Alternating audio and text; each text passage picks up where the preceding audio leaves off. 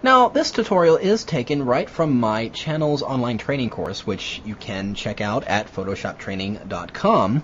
And what it is basically creating some simple masking using channels. So what we have here is a picture of this young lady against a white background. And we've got some detailed hair that's going on in the white area right in here.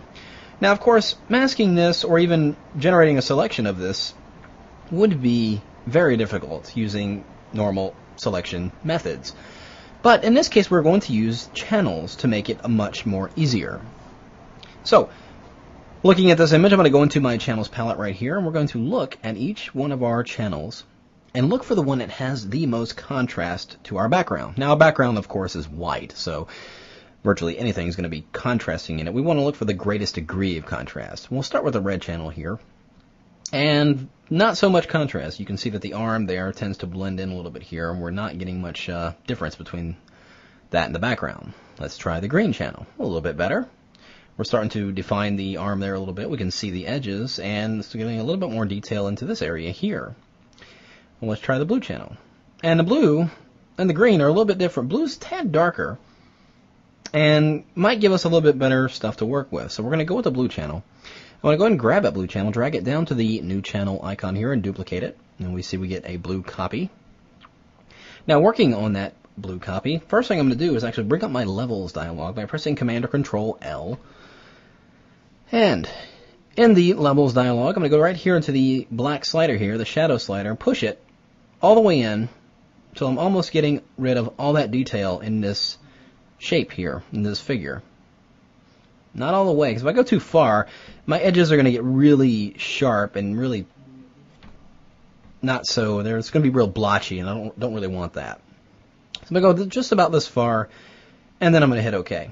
I'm going to go ahead and paint in the rest of this area. I'm going to go over and get my paintbrush tool, and we're going to make sure we're using a hard edge brush, relatively good size, about 90 pixels is pretty good. Painting with black, I'm just going to go in and fill in those areas right in the middle of that image. Now, these areas that are near the edge, like right in here, I could, be really careful and go right in there and get those edges. Well, I'm going to make it easier on myself by going and changing the blending mode of my brush. Not the blending mode of the layer or anything like that, but the brush itself.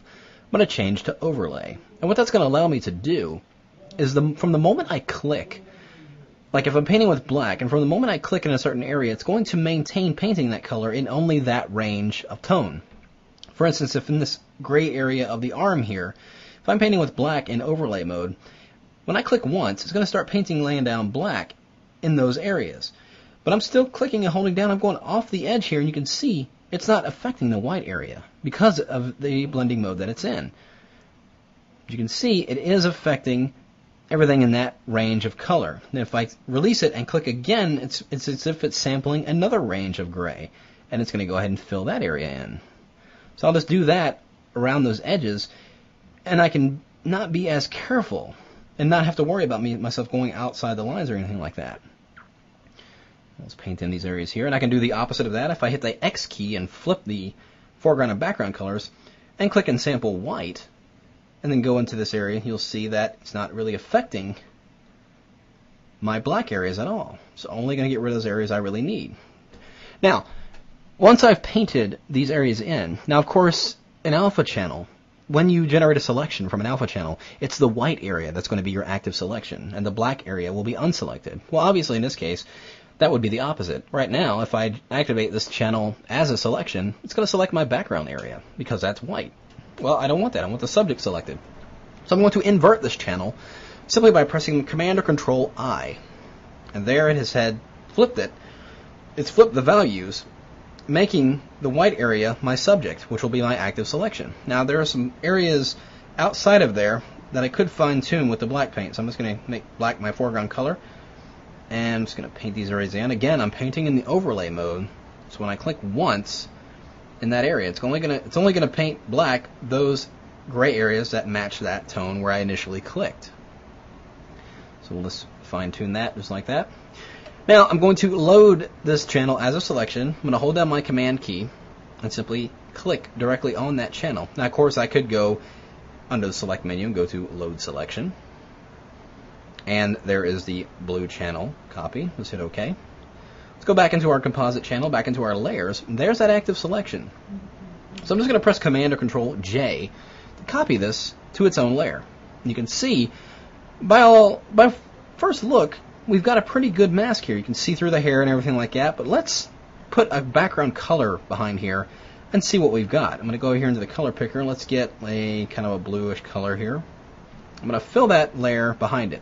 Now you can see what's going on. We've got kind of a halo glowing effect going on here. And that's because of the white background it was on. It's picking up a lot of the anti-aliasing that was kind of around that graphic. No matter how tight the mask was, it's going to pick up some ghosting there.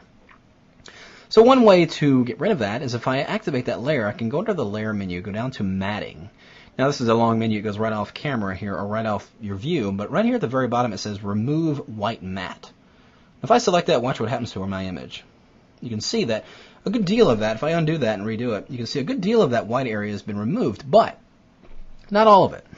Now one way around that is, of course, on that active layer, I'm going to go and get my burn tool, which is right here, and set to midtones at about 25%. I'm just going to paint in along that edge, just to kind of darken up those hairs a little bit, just so it's not so, just kind of alleviate that glowing that's going on in there. Just like that. So now it's not looking like it's floating off there, or if it's been, you know, poorly masked or anything like that. We're just kind of giving it a little bit more. Now, of course, one more thing I can do, you can see there's a white halo going around the edge here. Now I can reduce that greatly if I go under the layer menu again, go down to matting, and this time select the fringe. And usually I'll put maybe about 10 pixels and see what that does.